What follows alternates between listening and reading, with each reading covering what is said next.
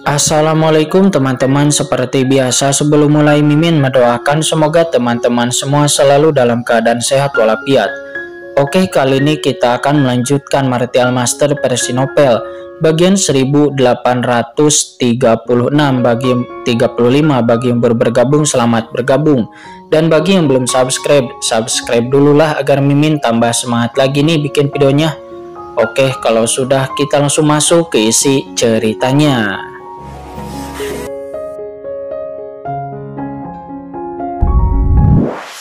Menahan diri untuk tidak menggertakkan gigi dan berkata, "Baiklah, aku berjanji, jika kamu berbohong padaku, maka ingat, aku tidak akan membiarkanmu pergi," kata Molly dengan kejam dan segera menceritakan semua yang pernah dialaminya ketika dia datang ke dunia bawah, termasuk mengapa dia datang ke Laut Mati ini.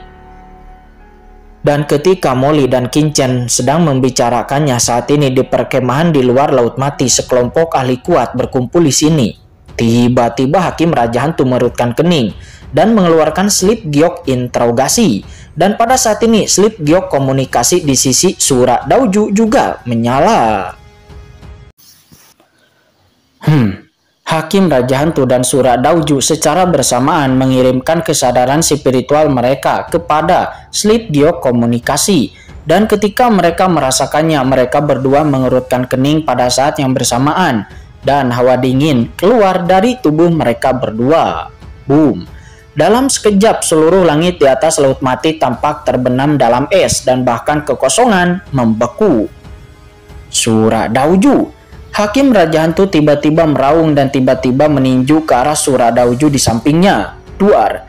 Energi hantu yang mengepul seperti lautan luas dan langsung menyerbu Sura Dauju. Sura Dauju menus dingin, matanya sedingin es, tangannya diletakkan di depannya, dan dia mendorong maju dengan keras bertabrakan dengan serangan yang dilepaskan Hakim Raja Hantu. Terdengar ledakan dan dua kekuatan mengerikan bertabrakan di udara, membuat suara ledakan yang mencengangkan. Di tengah suara ledakan itu, seluruh kehampaan bergetar terus-menerus seolah-olah seperti kaca yang pecah. Di bawah dampak yang mengerikan, mereka berdua mundur ribuan kaki secara bersamaan, dan Laut Mati di bawah melonjak. Kekuatan yang mengerikan menyebabkan kultivator dari kekuatan lain di sekitar mereka mundur dengan panik. Masing-masing dari mereka sangat marah, sehingga mereka hampir muntah darah di tempat. Bagaimana situasinya? Wajah semua orang pun seketika berubah. Mengapa Sura Dauju dan Hakim Raja Hantu tiba-tiba saling menyerang? Hakim Raja Hantu melotot ke arah Sura Dauju. "Sura Dauju, orang-orang di bawah komandomu berani menyerang bawahanku. Apakah kamu ingin memulai perang denganku?" Hakim Raja Hantu penuh dengan niat membunuh. Dia baru saja menerima berita bahwa orang-orangnya telah menemukan situasi di kedalaman Laut Mati. Namun siapa yang tahu bahwa mereka dihadang oleh orang-orang Dauju Sura, dan salah satu dari mereka meninggal di tempat. Bagaimana mungkin dia tidak marah?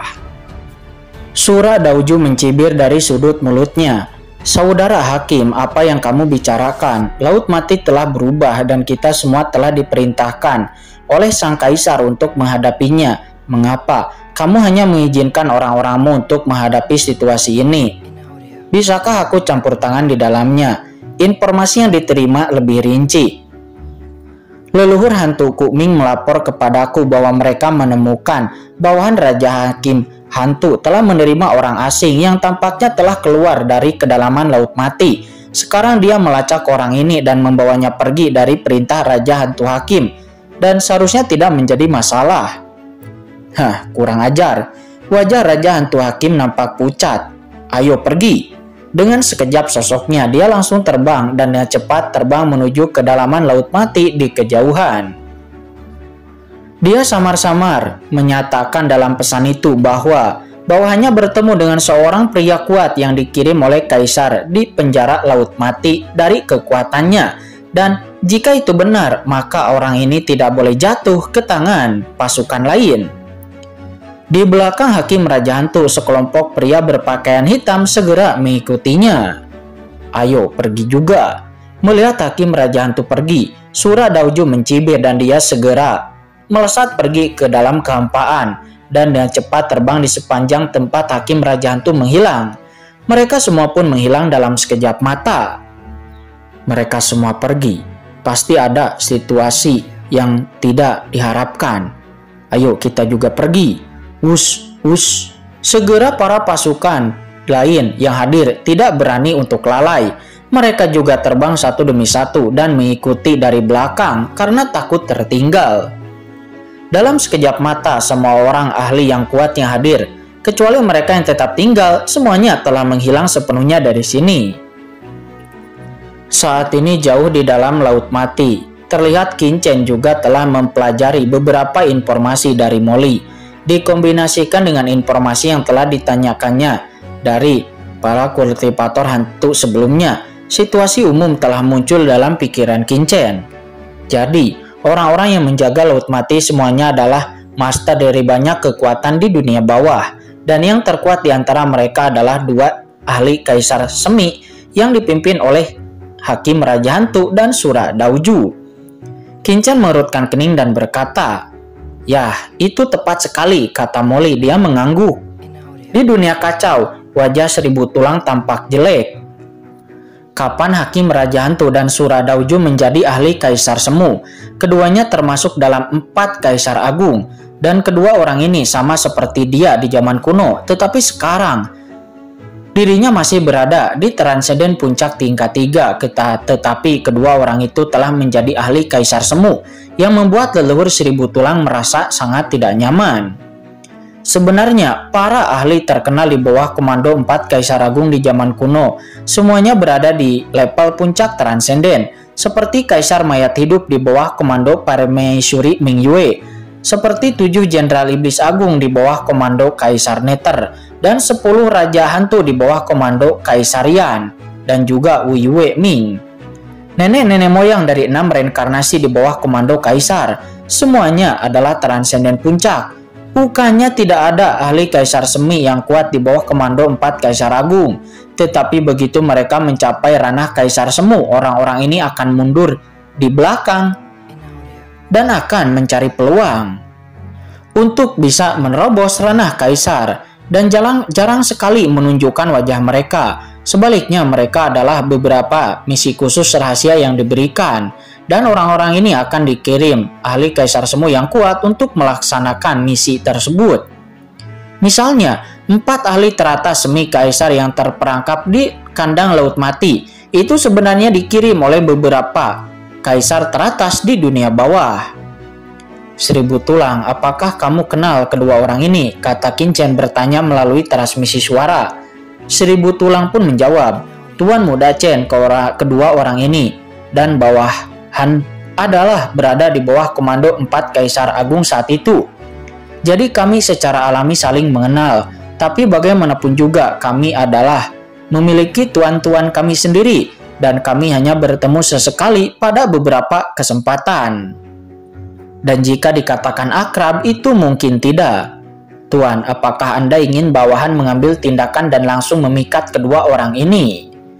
Pada saat ini Kaisar Simei tiba-tiba berkata dengan tersenyum ringan. Tidak perlu, jawab Qin Chen menggelengkan kepala. Dan Seribu Tulang juga buru-buru berbicara. Keduanya berbicara secara serempak.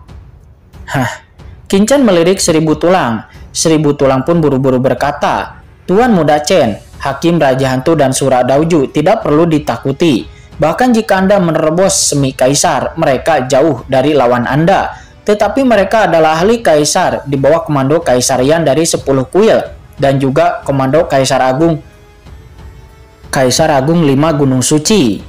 Mereka berada paling dekat di sini. Mereka pasti memiliki metode yang ditinggalkan oleh 2 ahli Kaisar Agung padanya. Dan jika Kaisar Simei gagal memikatnya, maka dia akan mendapat masalah. Mengatakan ini, ekspresi Seribu Tulang sangat serius. Bawahan ini sebenarnya memiliki sarana Kaisar di tubuhnya saat itu. Jika Kaisar secara tidak sengaja jatuh di laut kosmik, bawahan tidak akan jatuh di sini juga. Qin Chen mengangguk. Qin Chen sebenarnya juga khawatir tentang hal ini. Ahli Kaisar Semi tidak menakutkan karena yang menakutkan adalah 4 Kaisar Agung. Jika Qin Chen terekspos di tempat ini, maka dia masih memiliki kesempatan untuk melarikan diri. Akan tetapi jika Kinchen terekspos di dalam formasi luar angkasa terlarang 9 meter ini, maka begitu proyeksi Kaisar Agung turun, maka Kinchen tidak akan memiliki kesempatan untuk bisa melarikan diri. Oleh karena itu, hal ini harus dipertimbangkan dalam jangka panjang. Selanjutnya, Kinchen menanyakan beberapa hal lagi kepada Molly. Mengetahui bahwa siapapun yang ingin meninggalkan jangkauan formasi luar angkasa area terlarang 9 meter, sekarang itu harus melalui pemeriksaan ketat terhadap artefak gelap yang ditinggalkan oleh ahli Kaisar. Jika dia ingin berada di tempat yang sangat ketat, blokade musuh hampir mustahil untuk meningkatkan Laut Mati dengan tenang. Jika Anda benar-benar ingin pergi, maka Anda harus terlebih dahulu memecahkan formasi luar angkasa terlarang 9 meter. Tapi, bagaimana cara memecahkan formasi luar angkasa terlarang 9 meter? Hati Kinchen tergerak dan dia melirik Kaisar Agung Yoming di dunia kacau. Jelas sekali tidak mungkin untuk membangunkannya dengan paksa, menghancurkannya dengan paksa. Akan tetapi jika itu, maka Kaisar Yoming masih ada di sini. Dan Kaisar Yoming merupakan salah satu konstruktor formasi ruang terlarang 9 meter saat itu. Dikombinasikan dengan pencapaian ruangnya, dia tidak berusaha untuk menghancurkan formasi, tetapi hanya untuk menemukan dan membuka celah untuk membuka formasi. Ya benar, lakukan saja. Hanya saja formasi ruang terlarang 9 meter sangat penting. Dengan identitas Kinchen saat ini, dia mungkin akan ditemukan sebelum dia mendekat. Jadi dia harus menemukan identitas baru yang tidak mudah ditemukan oleh orang lain. Tapi identitas apa? Kata Kinchen, matanya tidak bisa untuk tidak tertuju kepada para penguasa dari banyak area terlarang di dunia kacaunya. Ketika Kinchen melihat serangga pemakan jiwa dan leluhur hantu batu, hati Kinchen tiba-tiba tergerak. Leluhur Guilong dan yang lainnya semuanya adalah tahanan yang kemudian dipenjara di penjara Laut Mati, dan mereka hampir tidak memiliki identitas ataupun latar belakang di dunia bawah. Akan tetapi, serangga pemakan jiwa dan leluhur batu itu adalah kelompok pelopor pertama yang memasuki penjara Laut Mati. Mereka sama seperti Jia Luo Mingju dan mereka semua memiliki sosok ahli Kaisar Agung di belakang mereka. Dan mungkin jika Kinchen menggunakan identitas mereka akan ada keuntungan.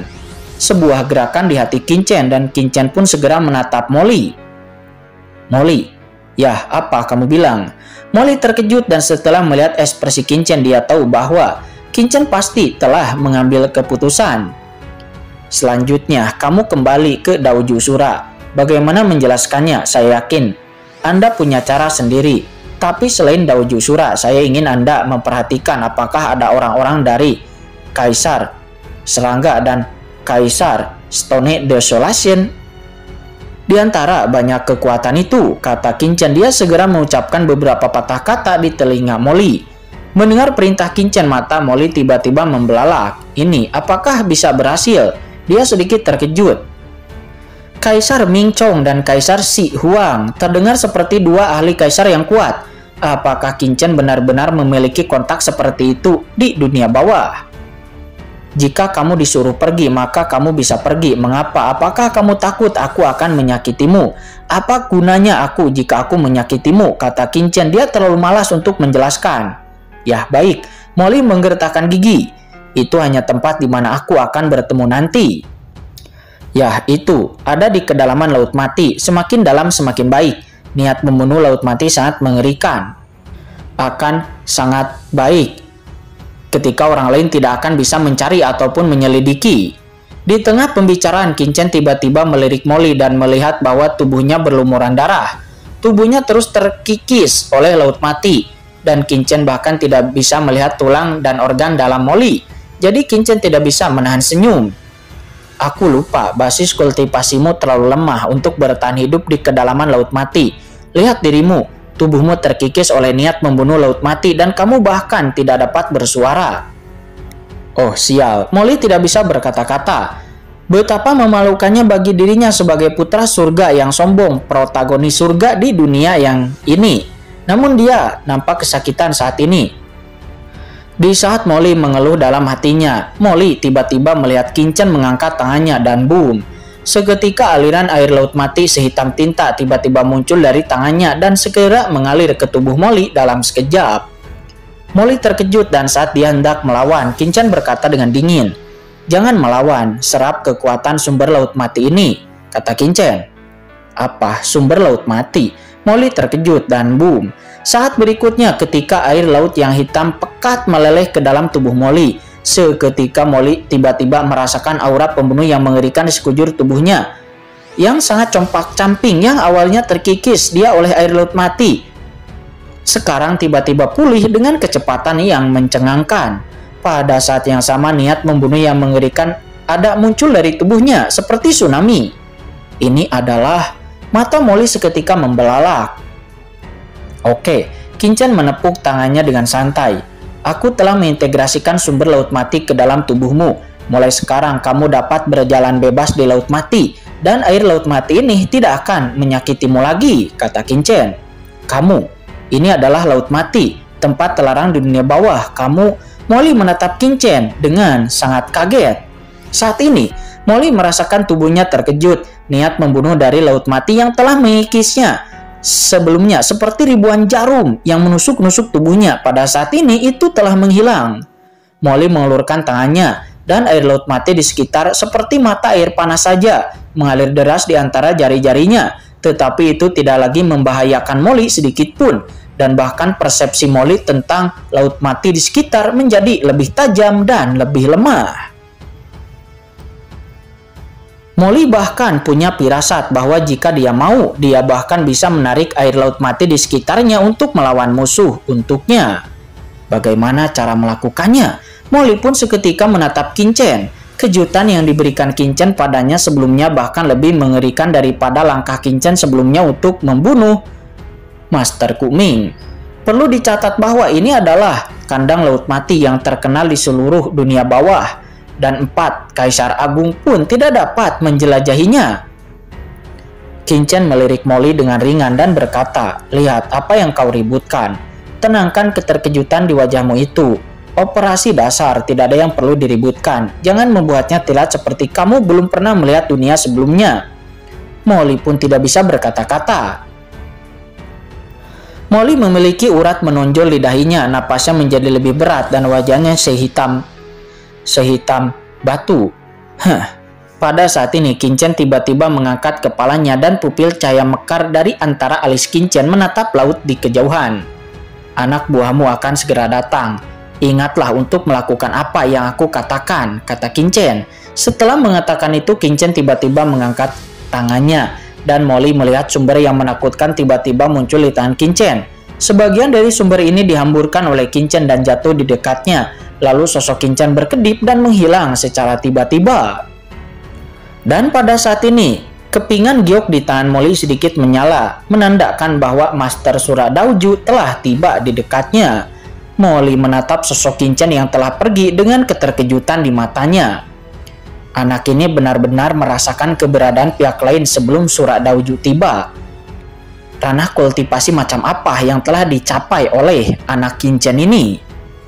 Sialan, iblis Kincen, cepat atau lambat, aku, Molly, akan melampauimu dan memberitahumu siapa kebanggaan nomor 1 di surga dan di dunia. Kata Molly, dia mengepalkan tinjunya dan menggertakkan giginya. Tetapi kali ini, Molly selalu merasa bahwa kepercayaan dirinya tidak sekuat sebelumnya. Wush, segera sosok Molly dengan cepat membumbung ke langit. Kemanapun Molly lewat, niat membunuh dari laut mati menyapu semua auranya yang tersisa. Molly, apakah kamu benar-benar ingin bekerja sama dengan anak Kincen itu? Selama terbang lewat, leluhur iblis Luo tidak bisa menahan diri untuk bertanya pada Molly. Menurut leluhur iblis Luo, 4 Kaisar Agung dunia bawah saat ini itu sangatlah menakutkan. Dan jika sampai dia ditemukan bekerja sama dengan anak Kincen, maka mereka akan tamat. 4 Kaisar Agung. Apakah menurutmu tidak ada 4 Kaisar Agung di belakang anak Kincen ini? Kata Molly, dia tiba-tiba mencibir.